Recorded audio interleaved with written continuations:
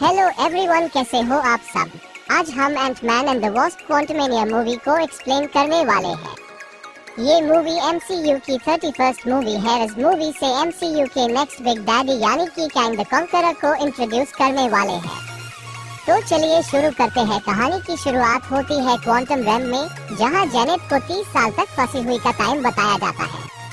जहां पर जेनेट को एक स्पेसशिप गिरते हुए दिखती है और जेनेट उस स्पेसशिप के पास जाती है और तभी दो मॉन्स्टर जैसे दिखने वाले कीड़े जेनेट पर अटैक कर देते हैं और जेनेट को कैंग बचाता है। और तभी सीन शिफ्ट होता है सैन फ्रांसिस्को में, जहां स्कॉट लैंग को दिखाया जाता है, जहां स्कॉट लैंग बताता है कि अब उसकी जिंदगी पूरी तरह से बदल चुकी है। अब लोग उसे पसंद करने लगे हैं और स्कॉट लैंग अपनी एक खुद की बायोपिक लिखी है। और तब स्कॉट लैंग को होप कॉल करती है और पुलिस स्टेशन में बुलाती है, जहां पर स्कॉट लैंग को पता चलता है कि उसकी बेटी अरेस्ट हो चुकी है। तभी सीन शिफ्ट होता है स्कॉट लैंग के घर पर, जहां पर स्कॉट लैंग की बेटी बातों ही बातों में स्कॉट को एक ऐसी डिवाइस के बारे में बताती है जो क्वांटम रैम में सिग्नल भेज सके। स्कॉट की बेटी क्वांटम रैम में सिग्नल भेजती है। तभी जेनेट बोलती है कि अभी के अभी बंद करो इससे, और जेनेट उस डिवाइस की सभी प्लग निकाल देती है। जेनेट बहुत ही घबरा जाती है और सबको क्वांटम रैम के बारे में बताने जाती है। और तभी उस डिवाइस में से इन सबको कोई खींच लेता है और सब लोग क्वांटम रैम में चले जाते हैं, जहां जेनेट, होप और हैंक पिम अलग हो जाते हैं और दूसरी जगह चले जाते हैं। और वही स्कॉट लैंग और उसकी बेटी दूसरी जगह चले जाते हैं।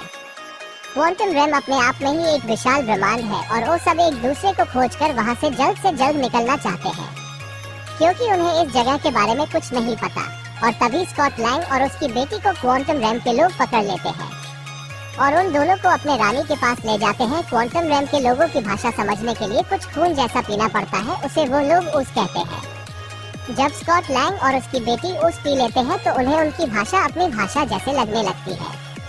और वहीं दूसरी तरफ जेनेट, होप और हैंक पिम को दिखाया जाता है।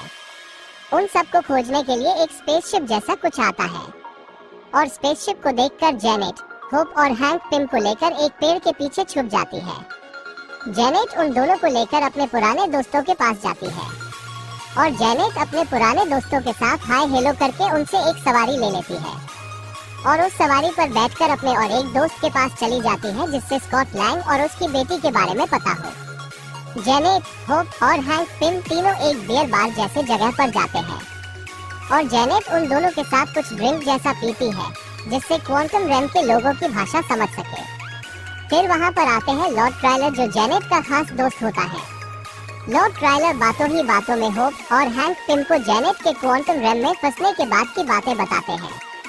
फिर लॉर्ड ट्रायलर जेनेट को मारने के लिए कहते हैं, क्योंकि जेनेट को कैंग ने खोज लिया तो पूरे ब्रह्मांड को ही खत्म कर देगा। फिर वहां से जेनेट, होप और हैंक पिम लॉर्ड ट्रायलर की स्पेसशिप जैसी गाड़ी लेकर भाग जाते हैं। फिर होप जेनेट से पूछती है कि ये सब चल क्या रहा है। फिर जेनेट उन दोनों को सच बता ही देती है। जेनेट बताती है कि क्वांटम रैम में कैंग ने उसकी जान बचाई थी। तब कैंग बताता है कि उसकी स्पेसशिप खराब हो चुकी है, अगर उसकी स्पेसशिप को ठीक कर दिया तो हम लोग यहाँ से निकल सकते हैं। तब जेनेट मान जाती है और उसकी स्पेसशिप ठीक करने लगती है। कई सालों तक कोशिश करने के बाद आखिरकार वो ठीक हो ही जाती है। कैंग का स्पेसशिप न्यूरोकिनेटिक था, यानी कि उसका स्पेसशिप उसके दिमाग से चलता था। जब जेनेट ने उसकी स्पेसशिप को छुआ तो जेनेट को समझ आ गया कि कैंग एक बहुत बड़ा हैवान है, कितने लाखों करोड़ों मासूमों की जान ले चुका है और कितने हजारों प्लैनेट्स को तबाह कर चुका है। और जेनेट उसके स्पेसशिप का मेन कोर लेके भागने लगती है, लेकिन कैंग बहुत ही ज्यादा पावरफुल था, उसे भागने नहीं दे रहा था। तो जेनेट ने उसके कोर को पिम पार्टिकल से बहुत बड़ा कर दिया और वहां से भाग जाती है और कैंग वहीं फंस जाता है। अब सीन शिफ्ट होता है मीन टाइम लाइन पर, जहां पर स्कॉट लैंग और उसकी बेटी को दिखाया जाता है और तभी क्वांटम रैम के लोगों पर कैंग की आर्मी अटैक कर देती है। कैंग की आर्मी स्कॉट लैंग और उसकी बेटी को लेने आए थे। वहां पर एक जबरदस्त फाइट सीन दिखाया जाता है और आखिरकार स्कॉट लैंग और उसकी बेटी को पकड़ के ले जाते हैं और जाके एक जेल में बंद कर देते हैं। और तभी वहां पर कैंग आता है और स्कॉट लैंग को उस कोर को छोटा करके लाने के लिए कहता है। जब स्कॉट लैंग उसकी बात नहीं मानता है तो कैंग उसकी बेटी को मारने की धमकी देता है। आखिरकार स्कॉट लैंग उसकी बात मान लेता है और कैंग उसे कोर के पास ले जाता है। और स्कॉट लैंग जब उस कोर के पास जाता है तो उसके कई सारे वर्जन निकल आते हैं यानी कि 1 का 2, 2 का 4, 4 का 8 ऐसे करते करते लाखों करोड़ों एंटमैन हो जाते हैं। और इतने सारे एंटमैन से भी वो काम नहीं होता है तो वहाँ पर होप आ जाती है और उसके भी कई सारे वर्जन निकल आते हैं। होप और एंटमैन दोनों मिलकर आखिरकार उस कोर को छोटा कर देते हैं और उन दोनों के सारे वर्जन गायब हो जाते हैं। वहाँ पर कैंग आता है और उस कोर को और जेनेट को लेकर चला जाता है।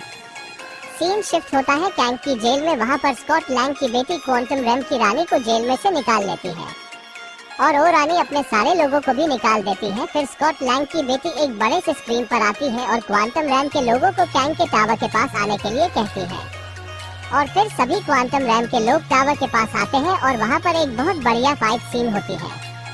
एंटमैन जायंट मैन बनकर टावर के पास आता है और सब तहस नहस कर देता है और फिर तभी कैंग अपनी स्पेसशिप लेकर भागने लगता है और उसे रुकने के लिए एंटमैन जायंट मैन बनकर उसकी स्पेसशिप को ही तोड़ देता है।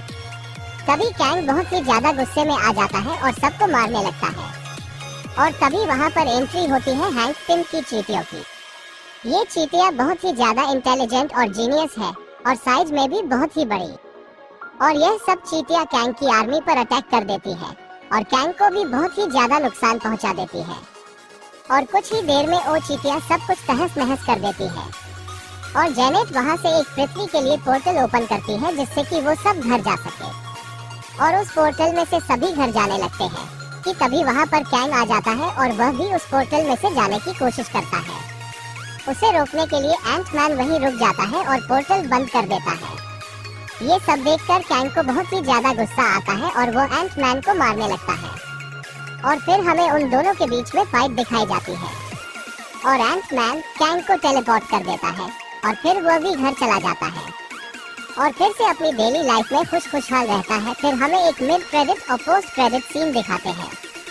मिड क्रेडिट सीन में दिखाते हैं कि कई सारे कैंग के वेरिएंट्स एक साथ मिलकर कुछ बड़ी प्लानिंग कर रहे होते हैं और इस पोस्ट क्रेडिट सीन में दिखाते हैं कि कैंग का और एक वेरिएंट कुछ लोगों को स्पीच दे रहा होता है और लोकी घबराते हुए बताता है कि यह वही है और कहानी यही खत्म हो जाती है। अगर ऐसे ही वीडियोस देखना है तो चैनल को सब्सक्राइब कर दो और वीडियो को लाइक। धन्यवाद। नेक्स्ट कौन सी मूवी एक्सप्लेन करो कमेंट्स में बताना।